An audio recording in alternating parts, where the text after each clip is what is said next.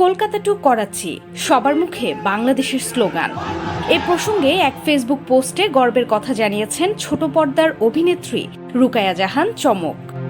পুরো দক্ষিণ এশিয়ার জন্য বড় এক অনুপ্রেরণার নাম হয়ে উঠেছে বাংলাদেশ। অন্যায় অবিচারের বিরুদ্ধে আওয়াজ তোলার যে মন্ত্র বাংলাদেশের ছাত্র জনতা শিখিয়েছেন, তাতে উজ্জীবিত হয়েছেন ভারত ও পাকিস্তানের আন্দোলনকারীরাও। ভারতে আরজিকর হাসপাতাল কাণ্ডে ফুঁসে উঠেছে জনতা। ওইদিকে পাকিস্তানে কারাবন্দী সাবেক প্রধানমন্ত্রী ইমরান খানকে মুক্ত করতে আন্দোলনে ডাক দিয়েছেন দেশটির ছাত্ররা।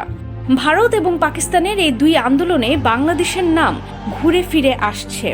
পাকিস্তানের করাচিতে আন্দোলনকারীদের মুখে শোনা গেছে তুমি কে আমি কে, বাংলাদেশ বাংলাদেশ স্লোগান।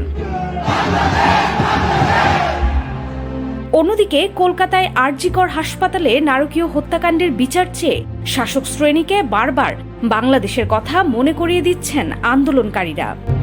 ফেসবুক পোস্টে গর্বের কথা জানিয়ে ছোট পর্দার অভিনেত্রী রুকায়া জাহান চমক লিখেছেন, কলকাতা টু করাচি, সবার মুখে বাংলাদেশের স্লোগান। বাংলাদেশিদের বীরত্বে যুগে যুগে বিস্মিত হয়েছে পুরো বিশ্ব। আর কিছু থাকুক আর নাই থাকুক, আমাদের পা থেকে মাথা পর্যন্ত দেশপ্রেম আছে, আর আছে বাঘের মতো একটা কলিজা। বাংলাদেশিদের সংগ্রামী ইতিহাস মনে করিয়ে দিয়ে চমক আরও লিখেছেন, 1952, 1971, 1990 ও 2024 এই ইতিহাস বারবার ফিরে আসে।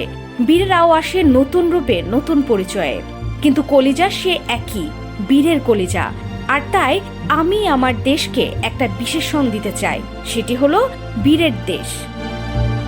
Desk report, team entertainment.